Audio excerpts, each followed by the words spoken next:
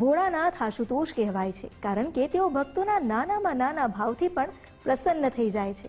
પરંતુ શાસ્ત્રોમાં એવી કેટલીક વસ્તુઓનો પણ ઉલ્લેખ જોવા મળે છે જે મહાદેવને અર્પણ કરવાનું વર્જ્ય માનવામાં આવ્યું છે. આખરે એવી કઈ વસ્તુઓ છે જે શિવજીને નહીં અર્પણ કરવી જોઈએ અને તેની પાછળનું કારણ શું? આવો જાણીએ શિવ પૂજાના કેટલાક મહત્વપૂર્ણ નિયમો એસ્ટ્રોલોજર મોનાલી સોની પાસેથી.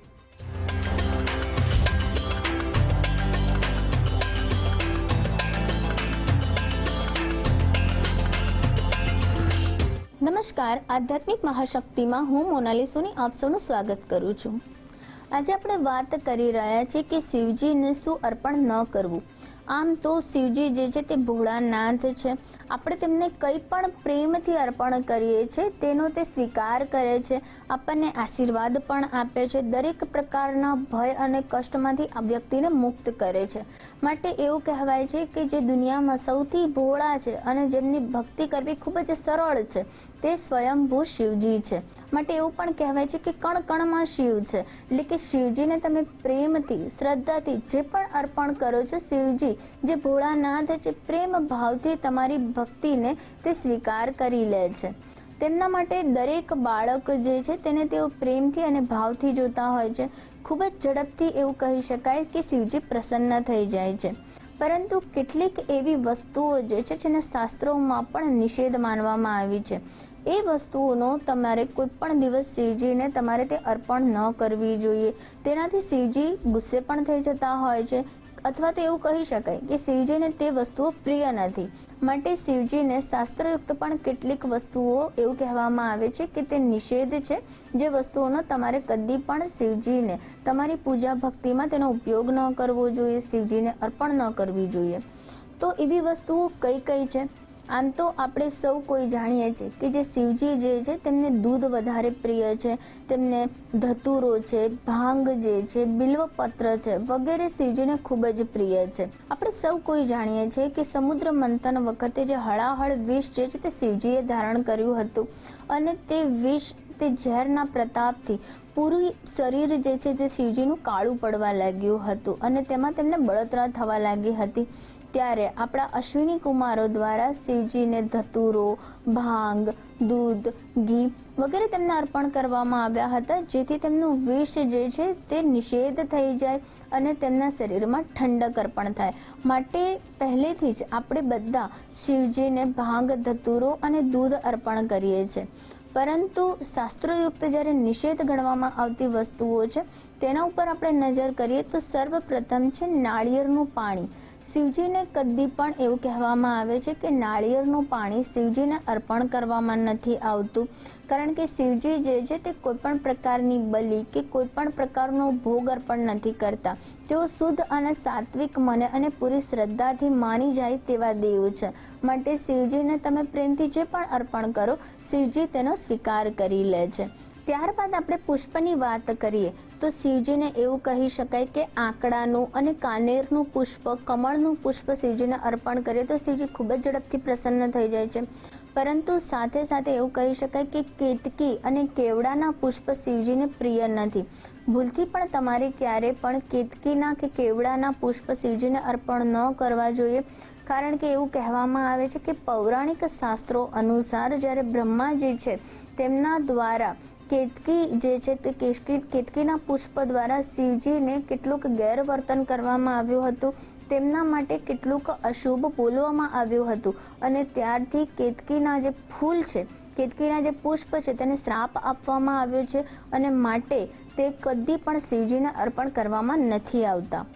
કોઈ પણ દિવસ એવું કહેવામાં આવે છે કે જે શંખ જે છે તેના દ્વારા પણ શિવજીને જળ અભિષેક ન કરવો જોઈએ. શંખ જે ચોક્કસ શિવજીની આરતીમાં આપણે શંખનાદ કરીએ છીએ, પરંતુ તેના દ્વારા શિવજીને જળ અર્પણ કરવું નિષેધ માનવામાં આવે છે. તુલસીના પાનને પણ શાસ્ત્રોયુક્ત શિવજીની પૂજામાં તેમને અર્પણ કરવા નિષેધ માનવામાં આવ્યા છે. કદી પણ શિવજીની પૂજામાં તુલસીના પાન અર્પણ ન કરવા જોઈએ તેવું શાસ્ત્રોમાં પણ ઉલ્લેખ કરવામાં આવ્યું છે. કારણ કે જ્યારે તુલસી માતા તેમના પુનર્જન્મમાં જ્યારે વૃંદા તરીકે હતા અને જાલંધરના પત્ની હતા, ત્યારે તેઓ શિવજીની અને ભગવાન વિષ્ણુની પૂજા ભક્તિ કરતા હતા અને જ્યારે ભગવાન શ્રી કૃષ્ણ દ્વારા જાલંધરને જ્યારે મૃત્યુ કરવામાં આવે છે ત્યારે જે વૃંદા જે છે ત્યારે તે ભગવાન શ્રી કૃષ્ણને શ્રાપ આપે છે અને સાથે સાથે શિવજીને પણ શ્રાપ આપી બેસે છે કે તેમણે તેમના પતિનું રક્ષણ કેમ ન કર્યું. માટે પણ ત્યારથી એવું કહેવામાં આવે છે કે શિવજીની પૂજા ભક્તિમાં તુલસીને નિષેધ માનવામાં આવે છે, એટલે કે શિવજીને તુલસી અર્પણ કરવું ન જોઈએ. ત્યારબાદ એવું કહેવામાં આવે છે કે શિવજીને કુમકુમ અને હલ્દી પણ અર્પણ કરવામાં નથી આવતા, કારણ કે કુમકુમ અને હલ્દી એક શૃંગારનો ભાગ છે, જે સ્ત્રી તત્વ તેને વધારે અર્પણ કરે છે.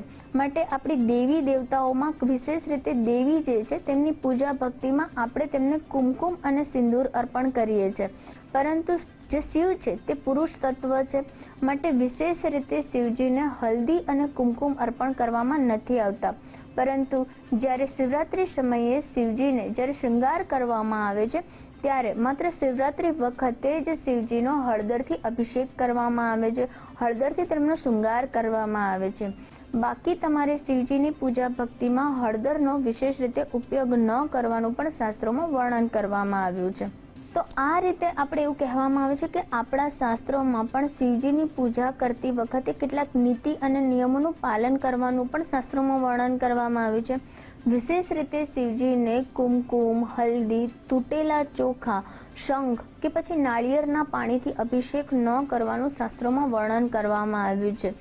આ બધું શાસ્ત્રોમાં નિષેધ માનવામાં આવ્યું છે. માટે તમારે જ્યારે પણ શિવજીની પૂજા અર્ચના કરશો ત્યારે તે બાબતોનું ધ્યાન રાખવું જોઈએ. શિવજીને વિશેષ રીતે બિલ્વ પત્ર, ધતુરો, ભાંગ વગેરે પ્રિય છે. શિવજીને અલગ અલગ રસના એટલે કે ફળોના રસથી તમે અભિષેક કરો છો તો પણ શિવજી ખૂબ જ ઝડપથી પ્રસન્ન થાય છે. નિયમિત શિવજીને તમે સરસવનું તેલ છે, પંચામૃત છે, ઘી છે, દહીં છે, ફળોના રસ છે વગેરેથી તમે શિવજીનો અભિષેક કરો છો તો પણ નવગ્રહ સંબંધિત જે સમસ્યા છે તે તમારી ખૂબ જ ઝડપથી દૂર થાય છે.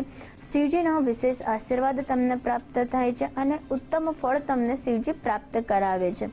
શિવજી જે ભોળાનાથ જે સ્વયંભૂ છે અને કણકણમાં બિરાજમાન છે, તેમની શ્રદ્ધા, ભાવ, ભક્તિથી જ શિવજી પ્રસન્ન થઈ જાય છે. પરંતુ શાસ્ત્રયુક્ત કેટલીક વસ્તુઓ જે નિષેધ માનવામાં આવી છે તે તેમને અર્પણ ન કરવું તેનું પણ શાસ્ત્રોમાં વર્ણન કરવામાં આવ્યું છે. તો તમે જ્યારે પણ શિવજીની ઉપાસના કરો છો અને શિવજીની પૂજા ભક્તિ કરો છો ત્યારે તમારે તેમને વિશેષ રીતે જે જણાવેલી વસ્તુઓ છે, જેમ કે શંખ છે, તૂટેલા ચોખા છે કે હલ્દી છે, કુમકુમ છે, સિંદૂર છે વગેરે તમારે શિવજીને અર્પણ ન કરવું જોઈએ. પુષ્પોમાં પણ શિવજીને સૌથી વધારે કાનેરના પુષ્પ અને કમળનું પુષ્પ ખૂબ જ પ્રિય છે. તે તેમને અર્પણ કરવાથી વિશેષ ફળ પ્રાપ્તિ થાય છે. વિશેષ રીતે શિવજી તમારા પર પ્રસન્ન થાય છે. પરંતુ કેતકીના પુષ્પ પણ શિવજીને અર્પણ ન કરવા જોઈએ. આ વિશેષ રીતે તમે શાસ્ત્રોના નીતિ નિયમોનું પાલન કરીને દેવી દેવતાઓની આરાધના કરો છો, પૂજા કરો છો તો વિશેષ ફળ તમને પ્રાપ્ત થાય છે. પરંતુ કેટલીક વખતે વ્યક્તિઓને શાસ્ત્રના કેટલાક નિયમોની જાણ નથી હોતી અને ભૂલચૂકમાં પણ તે કેટલાક એવા નિયમોનું ઉલ્લંઘન કરીને દેવી દેવતાઓની પૂજા કરે છે અને ત્યારબાદ તેને અશુભ પરિણામ પ્રાપ્ત થાય છે અને તેને ક્યાંક ને ક્યાંક નુકસાની વેઠવી પડે છે.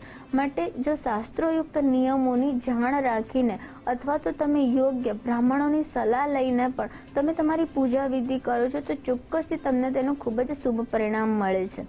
તો આ સાથે હું રજા લઉં છું. નમસ્કાર.